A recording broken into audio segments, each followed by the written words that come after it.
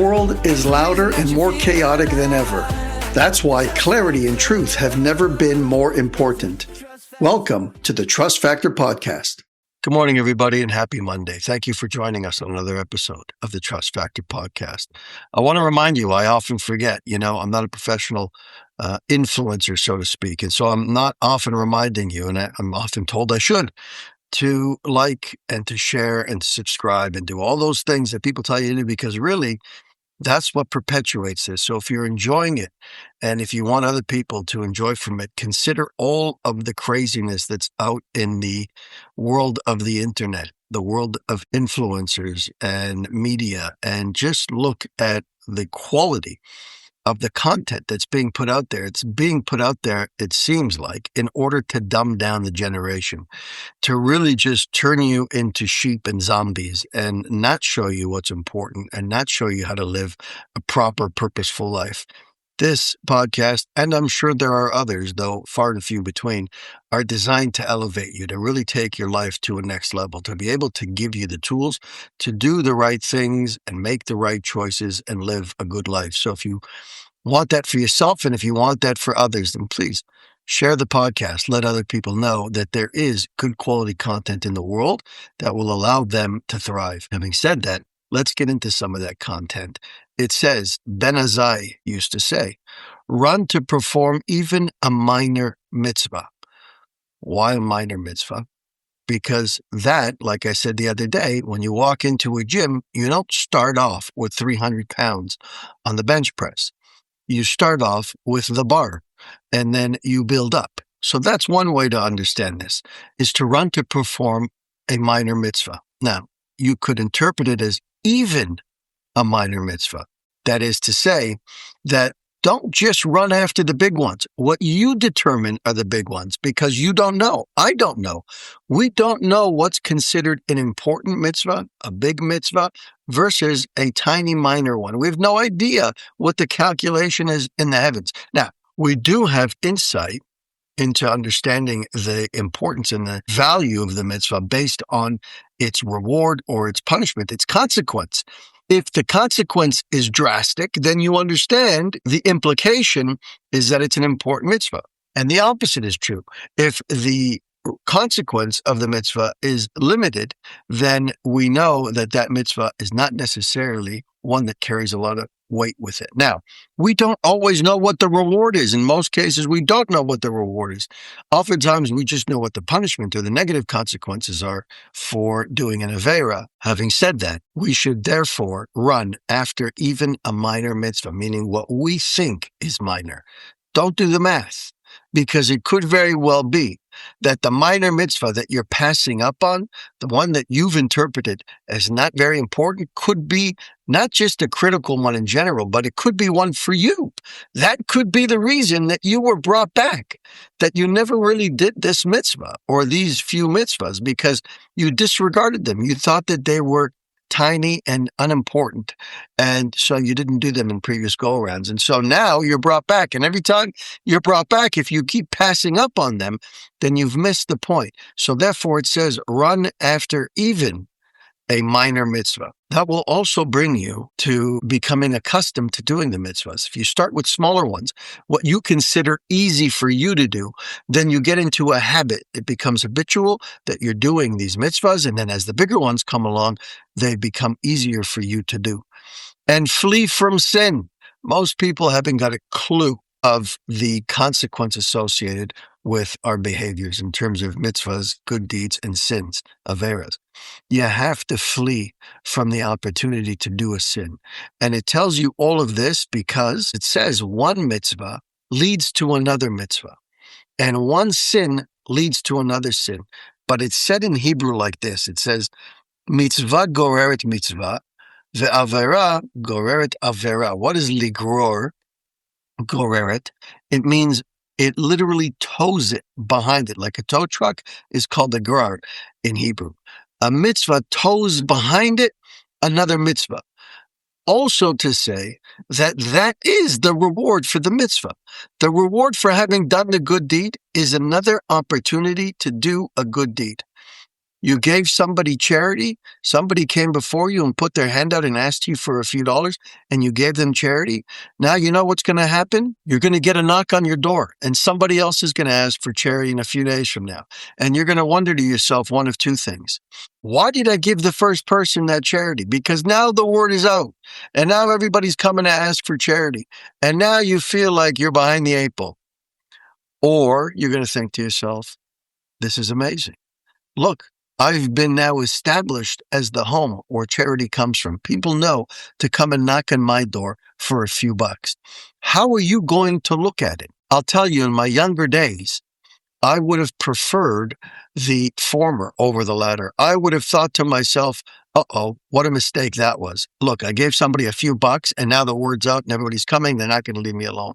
Today, that I'm more educated and more aware, I wish I was positioned as that individual.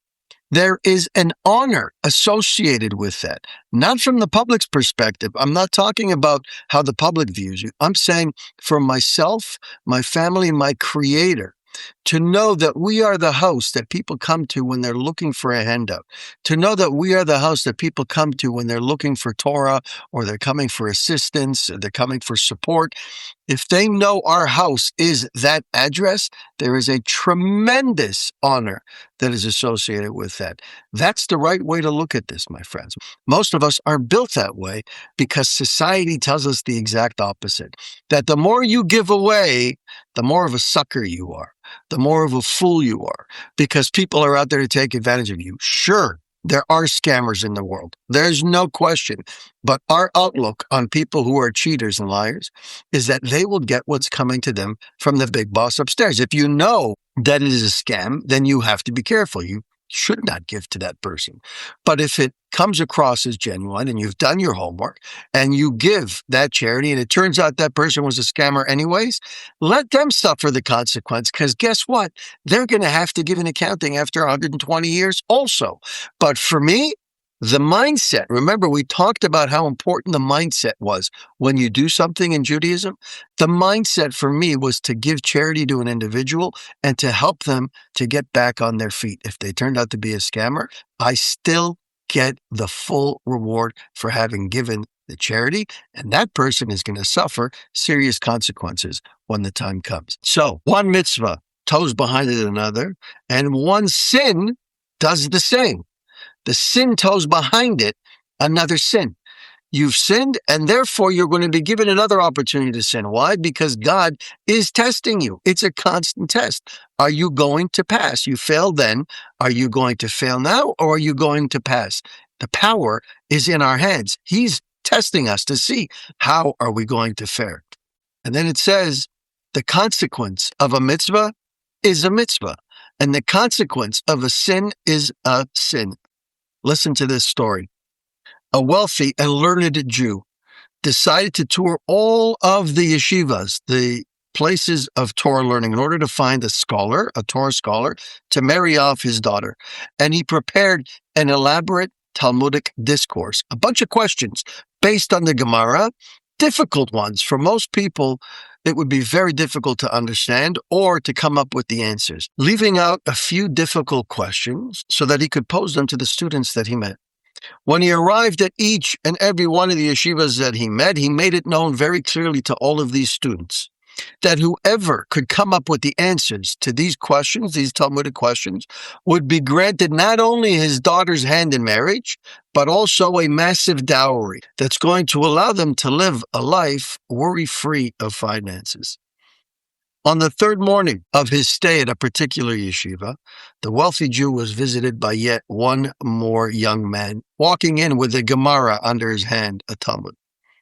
The student entered the house and wished this wealthy Jew a good morning and said to him, I've been working on this topic for days. I've been racking my brain with it, and I can't come up with the answers. Could you please tell me what the answers are?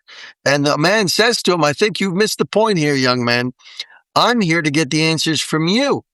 I'm the one giving away my daughter and all of this money, but I need to know that you're a scholar, and therefore I need the answers from you. I'm not here to give you the answers. And the young man says to the older rich man, you don't understand, mister. I'm not here for your daughter. I'm not here for your money. I'm here because your questions are driving me crazy. And I love my Gemara learning, and I'm learning all day, every day. And despite my learning, I can't come up with your answers. So please keep your daughter and keep your money. I just want the answers. And as a result of that, this wealthy Jew took this young man as his son-in-law. Why? Because it wasn't about the reward. It wasn't about the consequence of getting it right. It was about the action of getting it right. And that's why it says that the consequence, the reward, or the punishment. So the reward for a mitzvah is the mitzvah itself. And the consequence of the avera, of the sin, is the sin itself. That's it, my friends, for Pirkei Avot. Let's get back into our book. It says complete trust in the Creator includes the trust that livelihood is part of His divine providence over all of creation. Complete trust means that you know where your money's coming from. It is the Creator's place to worry about one's livelihood and not the individual's. I want you to listen to that. This is critical, guys. It's a paradigm shift. This will shift the way that you think about life, the way you think about money, the way you think about your job and your business. This is it. If we knew this, if we understood this to be true, life would look so different. Again, it is the Creator's place to worry about one's livelihood and not the individuals. Therefore, one who trusts in God is relieved of the worry about livelihood and is free to concentrate on his or her own specific task on earth with a clear mind. Such people know that the Creator will fulfill his task faithfully. Could you imagine if we walked around, if humanity walked around with this knowledge? Not that it's a nice idea, not that it's a good concept to tune into, to maybe think about or try and think. This is the way the world was created. He brought you into the world. The other day we said that he can't bring you into life without a livelihood. This is what it's saying. It's his responsibility to worry about your livelihood. He's the one who determines how much you make and when you're going to make it. You're the one who determines whether or not it actually happens just by merely getting up and going to work. Could you imagine? Just by setting your alarm, opening your eyes in the morning, getting up and going to work, whatever that work may be is completely irrelevant. Just going to that job, getting there and putting in a full day's work, giving 100% like everybody else does, you will come out with the amount that was determined for you by your Creator. That's it. If you sit at home on the couch, you've got a different problem because we're in the world of action. And God says, "Bezat apecha tochal lechem," by the sweat of your brow, you will eat. So you have to get out and make an effort. You have to do something, take an action to make a living. But that's it. That's where it starts and that's where it stops. Could you imagine? You would stop all of the difficulties in the world if everybody understood this and made it a part of their being, to understand that doesn't matter what, I don't need to steal. I don't need to take something that's not mine. I don't need to cheat. I don't need to be corrupt.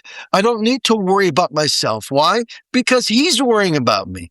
Because he knows what I'm supposed to get and he's going to give it to me.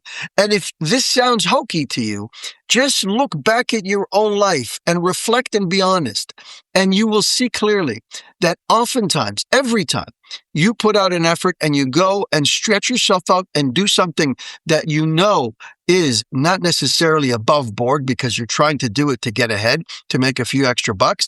Number one, either those few extra bucks never arrive, or when they do, it's right in and right out. Easy come, easy go. It doesn't last and it doesn't leave any meaningful results behind. You don't purchase anything meaningful from it. And if you did, God forbid, then only misery would come from that thing that you purchased. It doesn't help. The accounting is precise and exacting. You think you made a few extra bucks over here by being crafty, and then all of a sudden, right over here, you've lost those exact few extra dollars. It is exacting and precise, the accounting that happens in the heavens, my friends. That is Hashem's accounting. It doesn't matter what you do. Your control is limited. If anything, you can only control getting up and going to work. The rest, how much comes and when it comes and the promotions and the business success, it's all out of your hands. You can only get up in the morning and go to your work or go to your business. After that, it's out of your hands. If we lived like that, which we all need to, then you would change the world dramatically. The world would be a very different place, a place where you would see minimal to no corruption at all. But unfortunately, we're taught the opposite. So it's time to relearn this, my friends. That's the point of this podcast, is make it real. It's not just words in a book. And how do you make it real? Reflect, look back, assess your life. Remember, 1 hour of hitbodedut, 1 hour of personal reflection with your creator. That's where you review your day. That's when you review your week and your month and your year and your life. When you do that, you have an opportunity to see these things. If you're too busy moving forward and trying to find out crafty ways to make a few extra bucks, then you're never taking the time to reflect on who's actually sending you the money. Have an amazing day, my friends. We chat tomorrow. Thank you for spending time with us on the Trust Factor podcast. If you've heard something today that moved you, save this episode and share it with someone who might need to hear it. Be sure to subscribe so you don't miss upcoming conversations that challenge, empower, and uplift. And if you're on social media, connect with us. Leave your thoughts. Drop a quote that resonated with you. Hashtag the Trust Factor podcast. Until next time, keep growing in your trust and keep living with purpose. I'm Jesse Revivo, and this has been the Trust Factor Podcast. Thanks for listening.